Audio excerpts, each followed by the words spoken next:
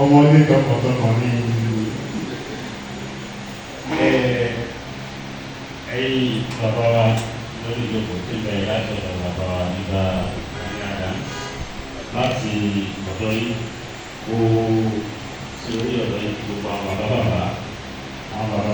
tó jókòó àti gbogbo àwọn bàbá tó jókòó ní àti ìyàwó ẹkú kalẹ̀ torí tó dáyé ọsọ́tọ̀ mi ò ráàmù obìnrin tó pọ̀ bí ní ọmọ ìsáyé dáyé ọsọ́tọ̀ rẹ̀ ọ̀ ẹ ṣe ìyàwó ọlọ́run àtúbọ̀ ló sì wá. Orúkọ mi a máa jẹ́ Right Honourable Dr. Hon Olakunle Isiaq. Mo wá láti National Assembly tí mo lè represent for Oloye Federal Constituency.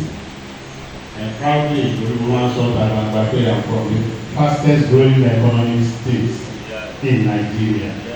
I want to get them out to Ogun State. Ogun not only have feed and support. And I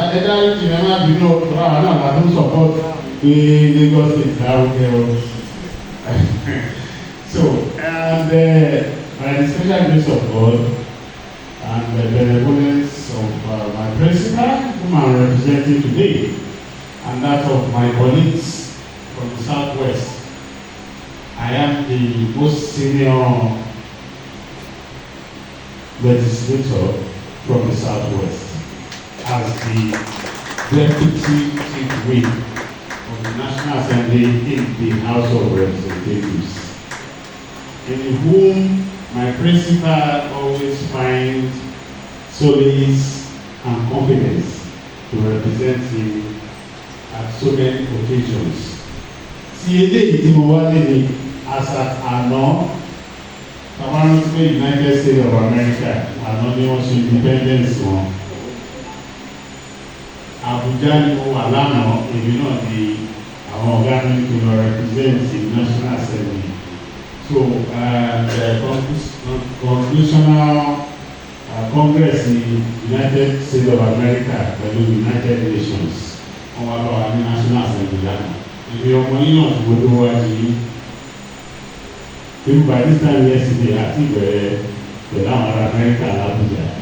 Òye tètè jẹ́ ti ilé tọ́jú lè náà wípé wọ́n á ìwọ́n pé lágbára náà lára bí àti wà dandan gbọ́dọ̀ ní èké wá sí oṣù ẹ̀ṣẹ̀ ní ilé ìlú. Kò sí ìtàn oríṣiríṣi náà lábẹ́ pa. Ọ̀gá mi, my principal, the benefactor to all of us in the 10th National Assembly, who is someone who are biased about tribes or about religion or anything. You want to talk about he's a Muslim, yes, but he does not care. Oníṣẹ́ tí ìgbélẹ̀ ló ṣe ní o, tí kìrìsìtẹ́nì ló ṣe ní o, Muslim ní ẹni o, gbogbo wa níbẹ̀ yẹn, ẹ̀yin náà imagine 360 èdè wa ọ̀dọ́gba kéèyàn kọ́tẹ̀ máa darí wa in the last 3 years. Ó lè jẹ́ pé kò sí àkàn, kò sí in actual fact, we are always proud of having Abbas for one thing. The President of the Federal Republic of Nigeria today is a bona fide of Yoruba. And if you want to say that for where he has ever come, take me to know where he ever found comfort, say yes, ọmọ ilẹ̀ òkè ọya ó fún èèyàn ní more than 1 million% corporation láti make sure pé idea ó drive forward nílẹ̀ Yorùbá ìkájú bí nàbà sí ilẹ̀ tó máa kọ́kọ́ lọ́wọ́ tó support it. And ibi tí mo bá sórí mi lọ ní ideology bàbá wa M.k.o Abiola, very tribalistic person, those your non-tribal whether you are ever àwọn dàgbà láti tí wọ́n ṣe gbogbo university káàkiri. This is someone who has spent all his life to defend humanity in this country and outside after the shores of Nigeria. And aside that, when we talk about social responsibilities, up till today, nítorí ẹ̀ máa ń ya wà lẹ́nu gẹ́gẹ́ bí síkà mi ṣe sọ pé kí sọ níbi yìí pé when we talk about our former Awolowo, then the next person in this country to talk about is Baba Abiola. Ò lè tí ì up till now. Ẹ wò bá tí bàbá wa torí èmi ò gbà wọ́n kó lọ rest because his legacy still live on up till today and will continue to live till tomorrow. Bẹ́ẹ̀ bá mi fún wọn láti ọwọ́. Even when he is resting. So it is our belief wípé up till now àtúntì lẹ́nu mi ká máa sọ pé kí ó tẹ̀sí dárúkọ Abiola lágbájá kọ́ is a very great thing in this country and in the entire world for anybody to talk and think about. We still continue to talk about the legacies of Abiola in Nigeria and everywhere in the world. So gẹ́gẹ́ bí Oloye Abiola, I'm so proud to be associated with Baba torí èmi nígbà tó kú ọ̀pẹ Abiola. Gẹ́gẹ́ bí Oloye Ẹgbàmà as the first ààrẹ Baba yóò tó sọ bẹ́ẹ̀ o. The first ààrẹ asọ̀lúdẹ̀rọ̀ of the entire Ẹgbàmà èmi mo tún wá ju yìí. So I'm so competent láti tíṣẹ́ ọ̀gá mi my principal Right Honourable Dr. Tajudeen Abbas PhD DCON who are competent báyìí láti tíṣẹ́ wọn ní ìpínlẹ̀ ìsọ̀rọ̀ nípa bàbá wa Kashimawo Abiola. Àti ẹ̀ tó ti wá wò pé irú gbogbo tí àwọn bàbá yìí ṣe ó yẹ kó wà nínú ìwé bẹ́ẹ̀ dọ́kúmẹ̀ntì ẹ̀yìn káàkiri fi ṣe history ní àwọn schools wa. Bàbá mi ò kówé bàbá mi ẹ̀ bàbá wa. Èyí náà lè máa ní tọmọdé ò bàbá ìtàn á bá àrọ̀bá. Sílẹ̀ wà láàrọ̀bá bàbá àtàn ẹ̀yìn bàbá. Kò tí ẹ̀ tẹ́ wa kó sítàn lẹ̀ lọ́mọ kẹ́kẹ́ gbẹ́sọ̀ ká máa sọ pé a bá àrọ̀bá gan pàápàá. So àwọn nǹkan báyìí now we don't have emotion even bills. To get many schools who are under the leadership of my principal, Tajudeen Abbas, that we want to go back to our history such that we will make it as a law act of the parliament that history should be compulsory in our primary and secondary schools.